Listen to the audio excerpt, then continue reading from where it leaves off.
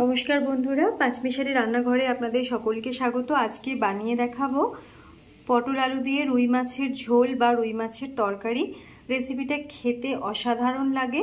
মাছের ঝোল দিয়ে গরম গরম ভাত খেতে খুবই ভালো লাগবে। যদি আপনারা এই রেসিপিটা ট্রাই করেন তো অবশ্যই রেসিপিটা ফলো করতে পারেন। দেখে ভালো লাগলে অবশ্যই লাইক শেয়ার করবেন আর কমেন্ট করে জানাতে ভুলবেন না আপনাদের কেমন লাগলো। আর অবশ্যই চ্যানেলটিকে সাবস্ক্রাইব করে পাশে থাকবেন। পাশে থাকা বেল আইকনটি ক্লিক করে নেবেন নতুন নতুন রান্নার আপডেট সবার আগে পাওয়ার জন্য। এখন বানিয়ে দেখাচ্ছি পটল আলু দিয়ে রুই মাছের ঝোল। আজকে আলু পটল দিয়ে মাছের ঝোল বানাবো। তার জন্য এখানে নিয়ে নিয়েছি মাছগুলো ধুয়ে পরিষ্কার করে নিয়েছি। সরষের তেল 4 টেবিল চামচ, পেঁয়াজ নিয়ে নিয়েছি, একটা পেস্ট বানিয়ে নিয়েছি, আর এখানে আদা রসুনের 1 টেবিল চামচ পেস্ট নিয়েছি। কাশ্মীরি লঙ্কার গুঁড়ো, ঝাল লঙ্কার গুঁড়ো আর হলুদ গুঁড়ো নিয়েছি 1 টিস্পুন করে, স্বাদ মতো নুন, আর নিয়ে নিয়েছি ধনেপাতা। প্রথমেই মাছটাকে নুন হলুদ মাখিয়ে নিতে হবে। আমি এখানে পটল নিয়েছি, পটলটাকে এভাবে খোসা ছাড়িয়ে নিয়েছি। 4টে পটল আধখানা করে কেটে নিয়েছি, একটা টমেটো টুকরো করে নিয়েছি, ফোড়নের জন্য একটা শুকনো লঙ্কা, 2টো কাঁচা লঙ্কা নিয়েছি, আর 2টো আলু এভাবে কেটে নিয়েছি লম্বা লম্বা করে। তো মাছের মধ্যে নুন আর হলুদ মাখিয়ে নিচ্ছি। মাছ ভেজে নেওয়ার আগে এটা করে রাখছি। এখন কড়াইতে তেল দিয়ে তেলটা গরম হতে দিচ্ছি মাছগুলো ভেজে নেওয়ার জন্য। কিছুটা তেল রেখে বাকি পুরো তেলটাই আমি দিয়ে দিলাম। এখন তেলটাকে এভাবে একটু চারপাশে ছড়িয়ে ভালো করে গরম হতে দিচ্ছি। এখন তেল গরম হয়ে গেছে, মাছগুলো ভেজে নিচ্ছি। মাছগুলোকে একটু এপাশ ওপাশ করে ভেজে নিতে হবে।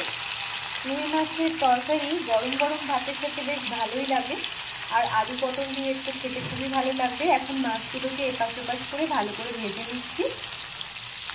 মাছটাকে ভালো করে এক পিঠ ভেজে নেওয়ার পর আর এক পিঠ ভেজে নিচ্ছি।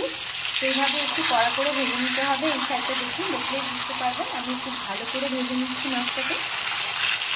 এখন মাছগুলো ভালো করে ভেজে নিয়েছি। ভেজে নেওয়ার পর মাছ কড়াই থেকে তুলে আমি এই তেলের মধ্যে পটলটাকে একটু ভেজে নেব। পটলটাকে একটু ভালো করে ভেজে নিতে হবে যাতে পটলের কাঁচা গন্ধটা না থাকে। একটু ভালো করে ভেজে নিলে খেতেও ভালো লাগবে। তো এখন মাছগুলো তুলে নেওয়ার পর আমি পটলগুলো দিয়ে দিচ্ছি আর একটু ভালো করে নেড়ে চেড়ে ভেজে নিচ্ছি। পটলগুলো ভেজে তুলে নিচ্ছি। এখন আলু ভেজে নিতে হবে।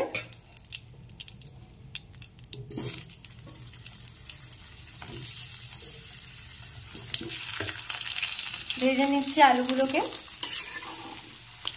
আলু ভেজে নিয়েছি, আলুগুলো ভেজে তুলে নিচ্ছি। এখন মাছ ভাজা, আলু ভাজা আর পটল ভাজা সব রেডি করে নেওয়ার পর কড়াইতে বাকি তেলটা দিয়ে আমি দিয়ে দিচ্ছি ফোড়ন। ফোড়নে শুকনো লঙ্কাটা দিয়ে দিচ্ছি,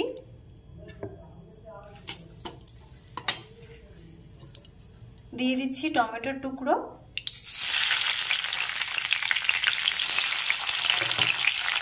একটু নেড়ে চেড়ে নিচ্ছি। এখন এর মধ্যে দিয়ে দিচ্ছি আদা রসুনের পেস্ট আর পেঁয়াজের পেস্ট।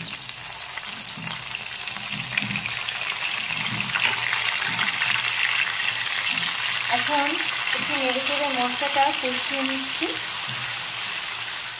এখন এর মধ্যে দিয়ে দিচ্ছি লঙ্কা গুঁড়ো। ঝাল লঙ্কার গুঁড়োটা নিজেদের মতো দিয়ে নেবেন, আর কাশ্মীরি লঙ্কার গুঁড়ো দিয়ে দিলাম, ঝাল লঙ্কার গুঁড়ো দিয়ে দিলাম, দিয়ে দিচ্ছি হলুদ গুঁড়ো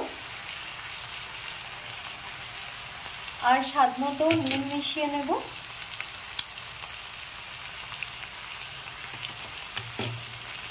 এখন মশলাটাকে একটু কষিয়ে নিতে হবে, আর নেড়েচেড়ের মধ্যে আলু আর পটলটাও তুলে ভালো করে মশলার সাথে কষাতে থাকবো।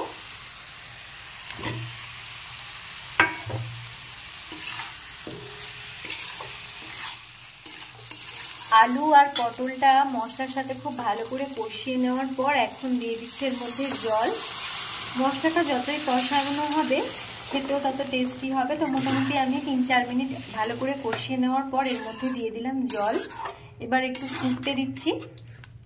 এখন আলু আর পটল সিদ্ধ হয়ে গেছে।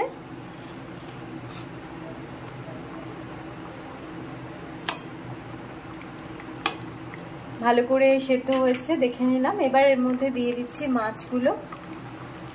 মাছগুলো দিয়ে 2 মিনিট ফুটিয়ে নিতে হবে। নেড়ে ছেড়ে একটু এপাশ ওপাশ করে নিচ্ছি। এপাশ ওপাশ করে নেওয়ার পর এখন এর মধ্যে আমি দিয়ে দিচ্ছি কাঁচা লঙ্কাগুলো, আর দিয়ে দিচ্ছি ওপর থেকে ধনেপাতা কুচি।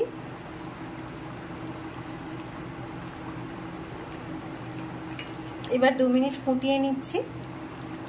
ধনেপাতাটা দিলে এটা খেতে ভালো লাগবে, আর সবশেষে কাঁচা লঙ্কা দিলাম। কাঁচা লঙ্কার একটা ফ্লেভার থাকে, খেতে একটু ভালো লাগবে, অন্যরকম লাগবে। আপনারাও ট্রাই করতে পারেন রেসিপিটা। তো এখন 2 মিনিট ফুটিয়ে আমি নামিয়ে নেব। এখন 2 মিনিট ফুটিয়ে নিয়েছি। পটল আলু দিয়ে রুই মাছের ঝোল একদম রেডি। গ্যাসটা অফ করে দিলাম। আপনারাও চাইলে এই রেসিপিটা ট্রাই করতে পারেন। আশা করি আপনাদের ভালো লাগবে।